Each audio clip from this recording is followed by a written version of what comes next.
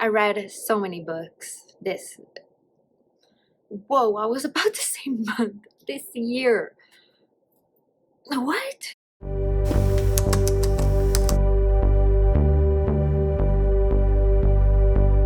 Hi everyone, welcome back to my channel. My name is Pam and today's video is going to be my top 10 favorite books of 2021. I'm so excited. So, this video is going to be all about fiction books. I want to do a non-fiction version of this video. So today I'm going to talk about all of my favorite books that I've read this year.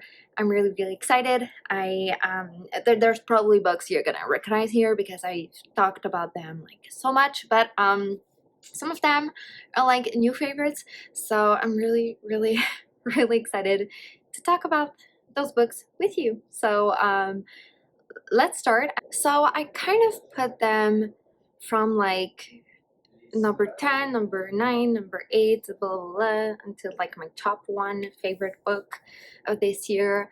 I would say it's more of a top 3 because my 3 favorite books are pretty much like set in. They're my favorite books. But the other ones are like, this could be number 8 or number 9, like it doesn't matter. But anyway, I'm gonna present them in that order because yes. So at number 10, it's A Song Below Water by Bethany C. Monroe.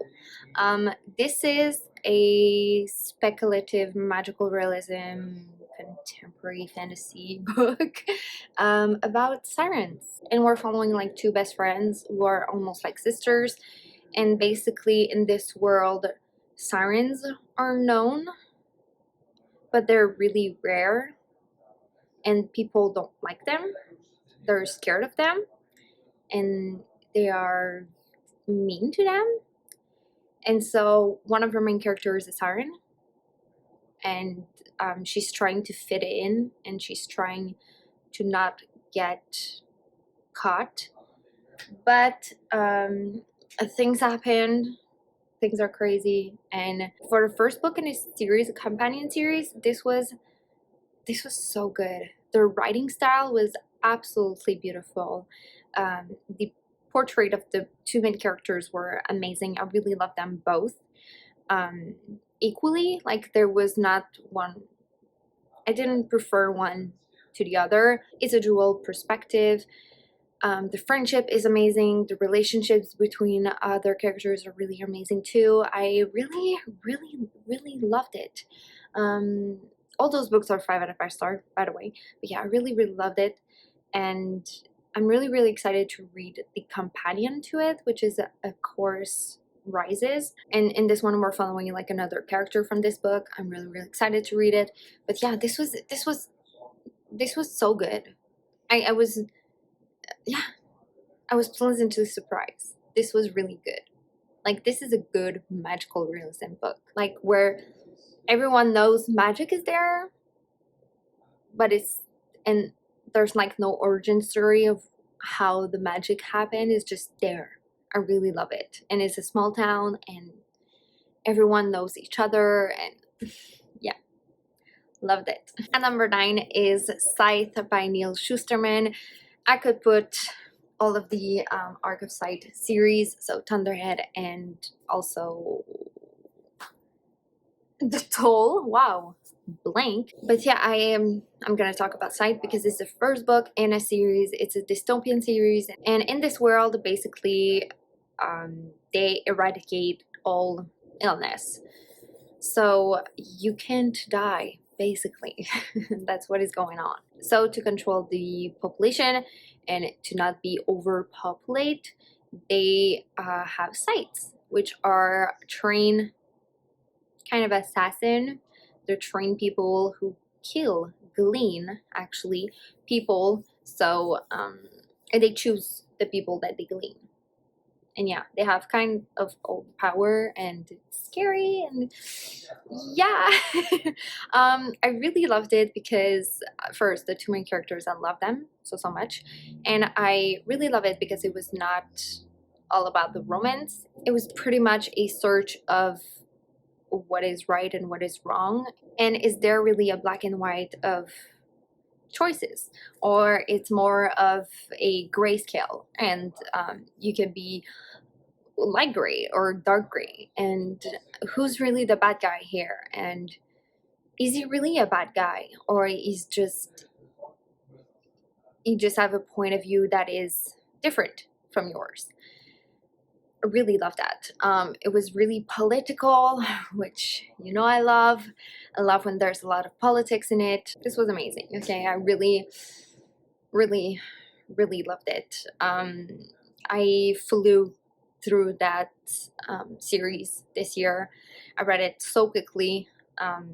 It was just so easy to read. That's what I love about Neil Schusterman, is that his writing is so easy to comprehend, and it's really, really fast-paced, so you get into the story quickly, and you can't be bored while reading those books. So good. So yeah, loved it. Next is Black Girl Unlimited by Echo Brown. This book is so weird, so special. First, Echo Brown's writing is absolutely beautiful. It's poetic, it's candy, it's so good. And this is I would describe it as a memoir with magical realism, basically.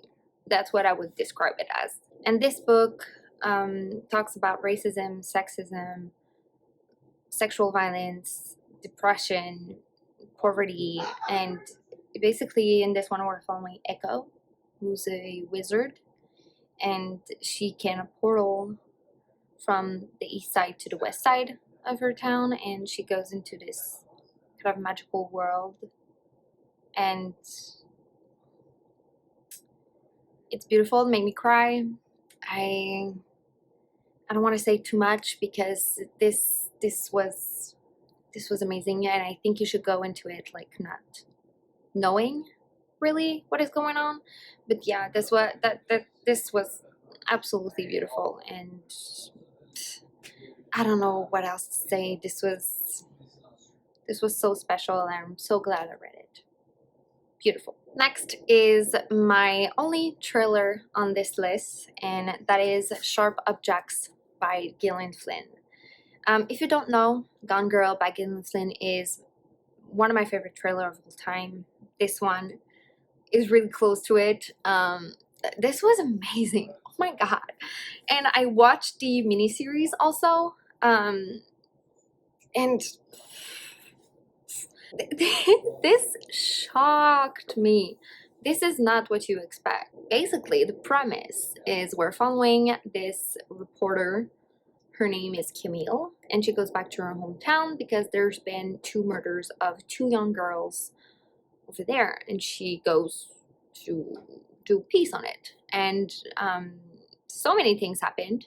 And the ending, it was pretty much like the same shock factor as when I read Gone Girl. I was shocked. I remember myself, I was listening to the audiobook for that one, and I remember I was in the car when the reveal was said, and I my jaw was on the floor, and I couldn't believe it. And I went back inside my house, and I rewind, sit on the couch, and just listen to it again, and I was still so shocked. This was so unexpected. This was so unexpected. Loved it. I love those trailers when you can't even predict what's gonna happen. It's so good. So this was amazing. You should read it. Next at number 5, it's Empire of Storms by Sarah J. Maas. This book was amazing. Oh my god, the ending broke my heart in a million pieces. This book set everything for the finale. I'm currently reading Tower of Dawn, and Tower of Dawn is set at the same time as Empire of Storm, so every event that happened in this book takes place at the same time as the events in Tower of Dawn. So this book is a great setup book for the finale. I can't wait to read The Kingdom of Ash. I can't wait. This was amazing. This was amazing. Absolutely loved it. It was immaculate. It was perfection. I love those characters so much. I hope they're all gonna survive at the end. Like, I hope so bad. I don't want to say too much because I'm gonna spoil it, obviously. The 5th book in the series, but it was so good. So good. I think this one I'm probably gonna reread in the future with like Queen of Shadows and probably Kingdom of Ash because, you know, it's the finale and it's probably gonna be amazing and extraordinary. But yeah, this was amazing. Currently editing this video, as you can tell, and I realized that I missed one book. I forgot to talk about They Never Learn by Lane Fargo. So I was wrong when I said there was only one thriller on this series. Like, yeah. I think I would put They Never Learn as number 5 because maybe it's because I had like so low expectation. I thought this book would be good. Like, I thought it would be good. I didn't expect it to be that good. It was so good. It's a dual perspective thriller, and we're following a young girl. She's in her freshman year at university, and we're also following a teacher at that university. And some men in this book are really disgusting and sexist and are kind of like sexual predator. And we're following both of characters going through that. And that's all I'm gonna say, because twist the turns, I didn't expect it. It was really feminist. I absolutely loved it. I had a blast reading that book. I felt empowered. I felt so powerful as a woman. I really loved it. And that was like a 5 out of 5 star. It was absolutely amazing. I love the writing. It was extremely fast-paced. The characters, even though were unreliable, I really loved them. They were really great. And they made great choices. They were really great. So I really loved They Never Learn. I want to read more by Lane Fargo. I think she has 1 or 2 books out. I will definitely read them. I absolutely love They Never Learn, and I'm really happy that I read it because at first I was not supposed to read it.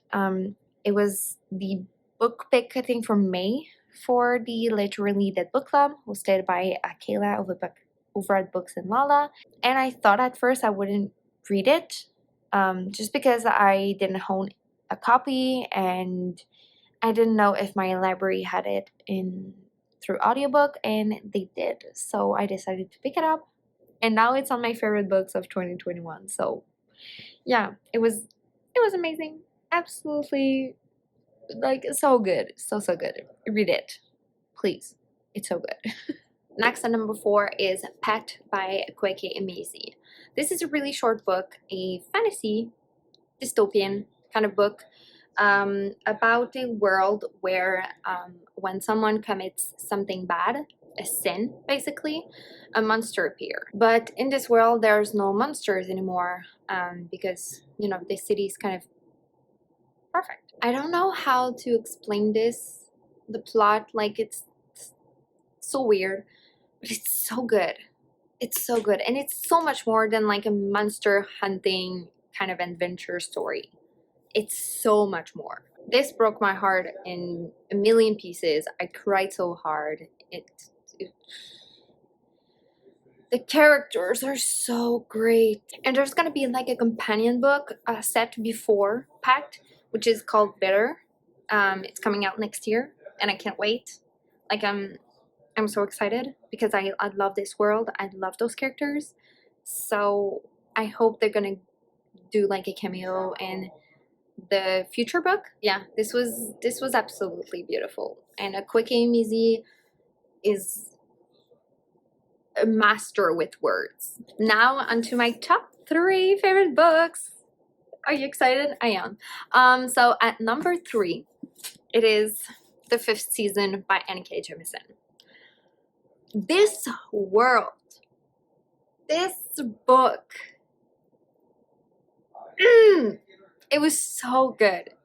It was so good. I can't even, like, with words. It was amazing. It was amazing. Yeah, so this is a fantasy dystopian book, and basically in this world, there's from time to time is 5th season that happens, and it starts with like a volcanic catastrophe most of the time.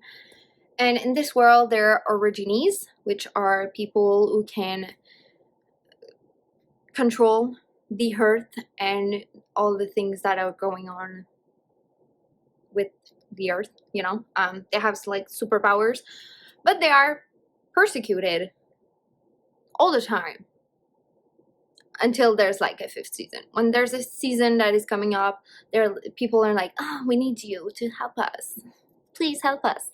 But we will want to kill you after that, which is weird. In this one, we're following 3 perspectives, 3 different people in this world. One of the perspective is told in like the second pronoun, so you, which is really interesting. This book shocked me. This book made me angry. This book made me cry. This book was absolutely amazing. I finished the second book a couple days ago, and oh my god, so good. Like, the last 100 pages of this book is a roller coaster, okay? And it's the same thing for the second one, The Obelisk Gate. It's a roller coaster. Like, it's absolutely crazy. Those books are pretty slow building, and you know, they're not fast-paced. They're really slowly building up to like the last 100 pages, which is where it's like absolutely nutshell and crazy and everything happens, and makes it so worth it for it to be like so slow paced. This is a character driven story too. It's but also plot driven. So good. And N.K. Jemisin has such a beautiful writing. It's crazy. I love her so much. So yeah, I can't wait to read A Stone Sky. Yeah, in January, because there's only like 2 days left of this year. I'm not gonna be able to do it, so I want to take my time with it because it's the final conclusion book of this series. But this was absolutely amazing.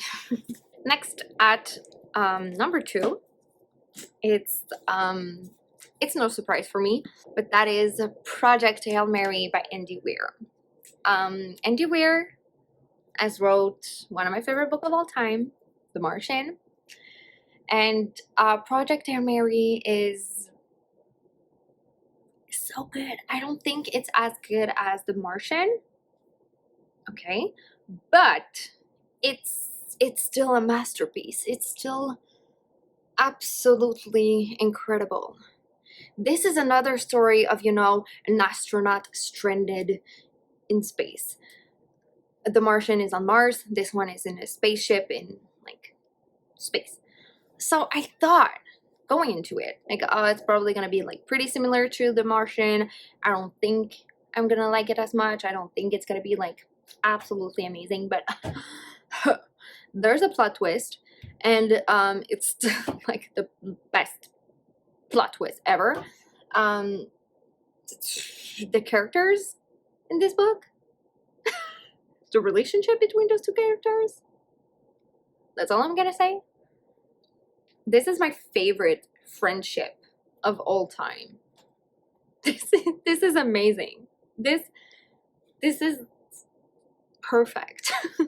And even though I'm not a scientist, even though I'm not an astronaut, even though I don't know anything about science, I still understand that book, and I listen to it as an audiobook, and I was thinking like, oh my god, I'm not gonna be able to do it, you know, I'm never gonna be able to understand everything, all the scientific jargon and all of that. Like I will not be able to understand a thing of it, but I did. And I enjoyed myself. This book is funny, this book made me cry, this book made me feel all the feels. It was amazing. It was amazing. I absolutely loved it, especially because, you know, The Martian was absolutely perfect, and then he came out with Artemis, and you know, that was a flop. I didn't read it, but I heard like so many bad things about it that I don't want to read it. I don't want to ruin Andy Weir for me, so I was kind of scared going into this one, but masterpiece.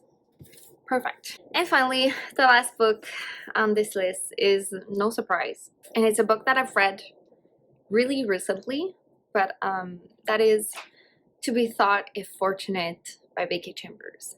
Becky Chambers, I think at this point I can say that she's one of my favorite authors of all time. She's perfect. She writes perfect book. This is so short. Like my second one is like so big, and my top one is like so short. This was such a joy to read. It made my heart warm, made me cry, make me like feel all of the emotions, and I want to reread it in 2022 because I loved it so much. The relationships, the characters, that's what Becky Chambers does best. It's really the relationship between her characters. She's so great at crafting this, and still the story, like the plot, is so good. You know, it's still like so good. It's not lacking or anything. And the writing, excuse me, she's so good at writing. She's an author I can like just drink and absorb her words and for the rest of my life, and I would be just happy. If it was the last thing that I would do before I die was to read one of her books, I would die happy. She's so good. This was perfection. This was perfection. It was so good. I'm still thinking about the characters and the relationships between those characters, and I'm just like, oh, I love them so much. And this book was amazing. I loved it so much. So it's my favorite of 2021. So good, so good. So this is it, guys. This is my top 10 favorite books of 2021. I hope you read amazing books in 2021. I hope you're gonna read amazing books in 2022. Let me know in the comments which book is your number one favorite book of 2021, as I would like to know, because I want to read amazing books. And yeah, just give me a suggestion, like please help a girl here. And yeah, I'll see you in the next video. Bye.